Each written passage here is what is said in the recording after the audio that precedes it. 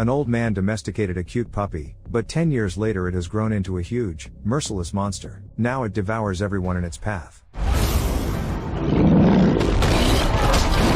In 1506, Yoon Gyeom, with an army of rebels, staged a rebellion and overthrew the king. The new ruler crushed all resistance and established total control over the population. During these times, a terrible plague began spreading through the kingdom of Joseon, and the new king ordered the army to dispose of all infected people. The ordinary peasants are herded into a deep pit where they are ruthlessly slaughtered. A panicked woman begs the soldiers to spare her healthy daughter, but is shot in the back by an arrow. The girl survives and tries to wake up her mother. When the last desperate cries of the men subside, a man descends into the pit and takes the girl with him. As darkness falls, a prolonged howl is heard from the pit. 10 years have passed since that day. Yoon Jong is informed of rumors that have been circulating throughout the kingdom. People are concerned that monsters have appeared in the mountain where the extermination of the infected took place, and are preying on civilians. These events are causing great panic among the population, and this could threaten the king's authority. Therefore, he is forced to take drastic measures. Somewhere in the middle of the forest, Yoon and his friend Sung and adopted daughter Myung try to procure some food, but are unsuccessful in doing so. The hapless hunters fail to catch any fish either and return home with nothing. Myung urges her father to move from the remote village closer to the palace to have access to normal food. Yoon refuses the girl for the nth time and sends her off to the garden to get vegetables for the soup. Meanwhile, an intruder arrives at their yard and peeks through the windows of the house. Myung grabs her bow and aims it at the stranger's back, demanding that he introduce himself. The servant, named Her, says that he has come for the man who used to work in the king's personal guard. Myung cannot understand who he is talking about, for her father is an ordinary peasant. At that moment Sung approaches her and, out of surprise, she fires an arrow at her guest. The young man manages to duck and meets the girl's eyes. A romantic spark instantly flashes between them. Yoon appears at the commotion and Her says that he came to see him at King Jong's orders. Myung is surprised to learn that her father and Sung were indeed His Majesty's finest guards. Nevertheless, Yoon has no intention of returning to his former occupation and tells her to leave. However, Yoon Jong arrives at the man's house in person, and all present bow before him. During the meeting, the king recalls the events of 10 years ago. Yoon came to the palace with the little girl in his arms, demonstrating to everyone that she was not contagious. The guardian was shocked by the king's senseless cruelty and expressed disappointment at his cruel order. According to him, the disease no longer exists, and the king simply wiped out his subjects. Yoon Jong's guards drew their swords to deal with the man.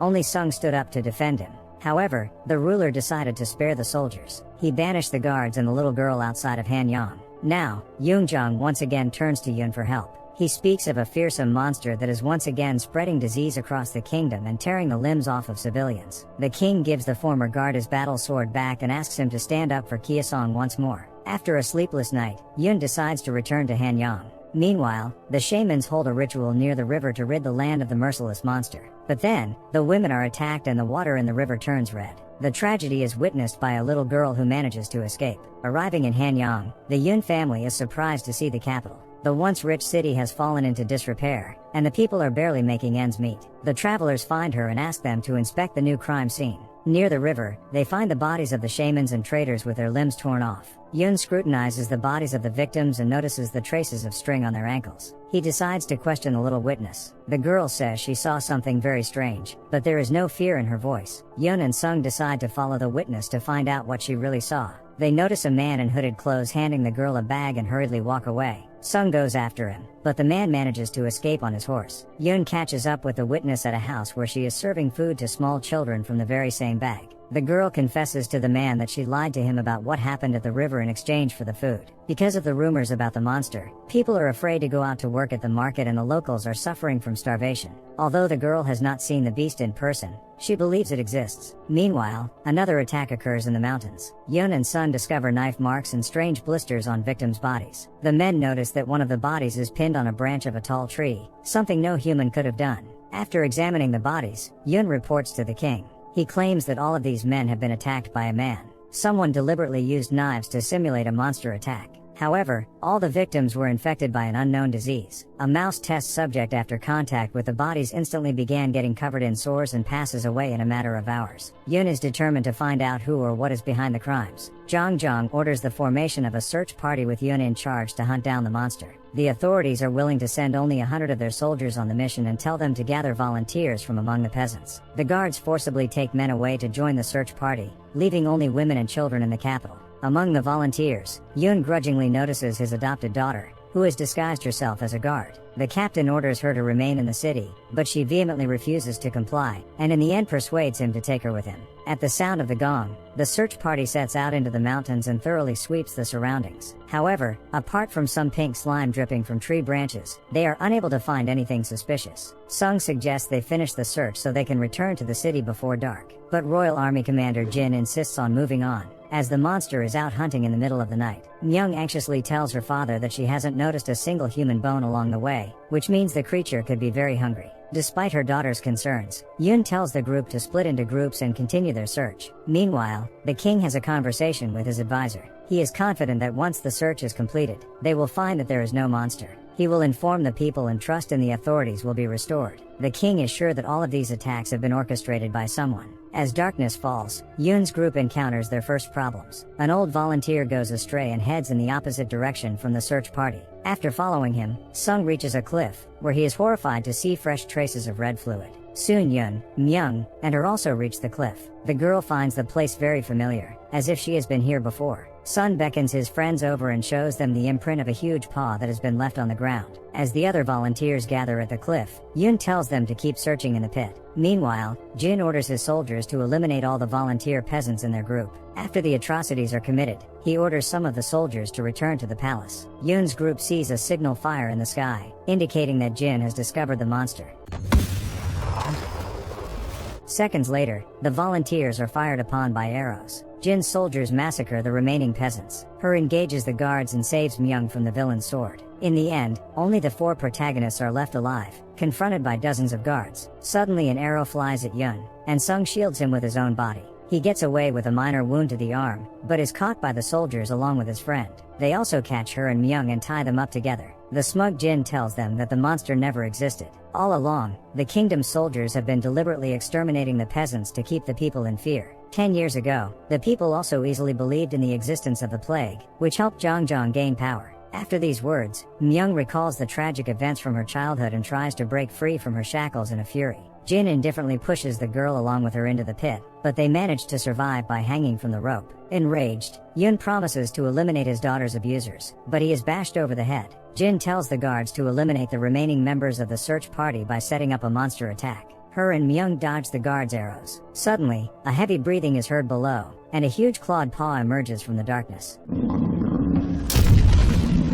Within seconds, the creature climbs to the very top of the rocky cliff and slays the guard with the bow. The soldiers are confronted by an enraged monster covered in sores and blisters. The frightened Jin orders the soldiers to fire at the monster, but it is not afraid of arrows. Within seconds, it is near the attackers and rips them apart. While the monster hunts the soldiers, Sung and his friend free themselves from their shackles and descend into the pit. Fortunately, Myung and her manage to survive their encounter with the monster. They notice around them the bodies of the monster's victims, on which blisters have formed. Yoon says they need to report this immediately to the king before the contagious creature reaches the capital. However, the monster decides to return to its pit. Suddenly the old man who disappeared earlier during the search operation appears from the cave. He tells the team to smear themselves with the monster's slime so as not to become infected and to get rid of the human smell. The old man then extinguishes all the torches and urges those present to be quiet. The monster cannot see well, but it reacts to sounds and movements. The creature descends into the pit, getting close to Myung, but the old man's advice works, and the monster cannot smell the intruders. Choking on the remains of human meat, the monster spits directly on the girl's face. Eventually, the creature goes to sleep. Seizing the moment, the group tries to hide in a cave. However, at the last moment, the creature senses the human scent emanating from Myung and rushes after the runaways in pursuit. The group runs through the intricate labyrinth of the cave, miraculously avoiding being eaten. The road ends in a cliff, and the group has to jump down into the water to escape. Meanwhile, Jin and several other guards manage to return to the palace alive. He reports to Prime Minister Sim that the monster does exist. It transpires that all along he was the one behind the brutal crimes and invented the monster. Taking advantage of people's fears, he has influenced all of King Jung Jong's decisions. Now that the monster has turned out to be real, Sim worries that the people will turn against the government. He orders the soldiers to burn the city to quell any resistance. In doing so, he will take advantage of the helplessness of the current king and take his place. Several men of the search party, whose bodies are covered with ulcerous growths, return to the capital. The people panic for fear of becoming infected, and the soldiers begin to set fire to houses with the inhabitants inside. Meanwhile, the old man leads the group to a secret passageway through which they can enter the palace. In the basement of the castle, the group discover a chamber with huge cages. The old man tells them that the former chosen ruler was very fond of monsters and had a separate area in the castle set aside for them. As a young man, the old man was in charge of feeding the creepy beasts and eventually became attached to one of them.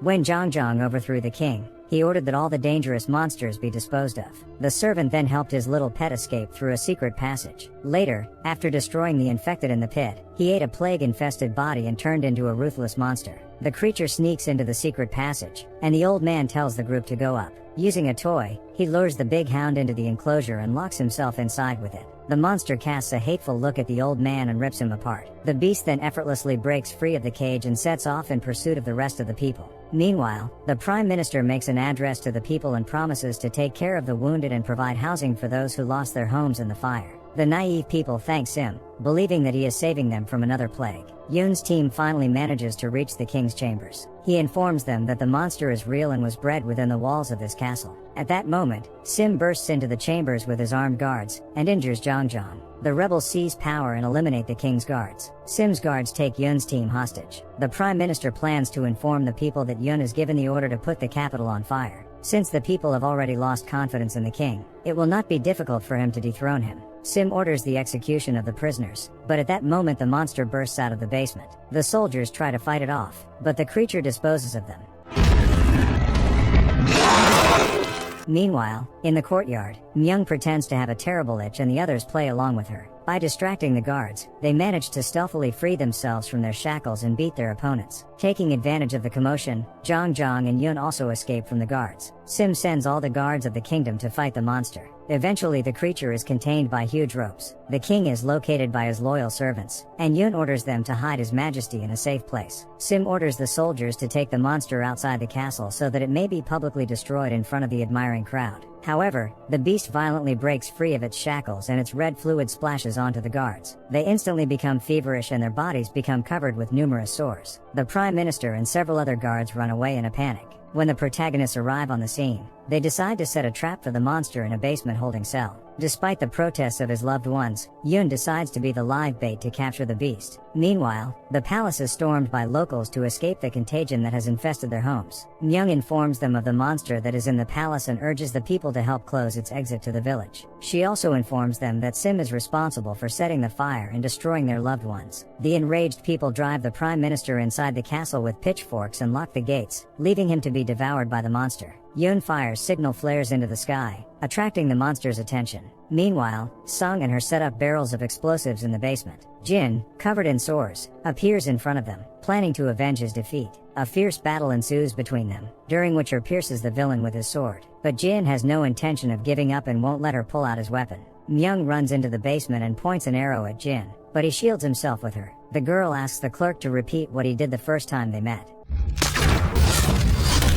Jin's body falls to the ground, and Yoon bursts into the basement, chased by the beast. The team ignites the fuse and hastily flees to the top. Before leaving the basement, Yoon notices that the flames have gone out. He forcibly pushes his best friend outside and asks him to take care of Myung. The warrior locks himself inside with the monster and throws his torch into the explosive containers. An explosion occurs, which shatters the castle. After realizing that her father has remained inside the basement, Myung becomes hysterical. Daybreak comes and the rain washes down the bodies of the victims. The monster is defeated and the people open the castle gates. Myung desperately tries to find her father among the rubble. Suddenly she hears someone breathing under the boards, and finds Yoon still alive. The townspeople help dismantle the wreckage to rescue the warrior. The happy girl is reunited with her adoptive father, and the people congratulate each other on their victory. At the end of the story, Myung is left to serve at the palace with her beloved her. Her father and his friend decide to return to their home to resume their normal lives. On the way back, Sung asks Yoon how he managed to survive. It turns out that at the last moment before the explosion,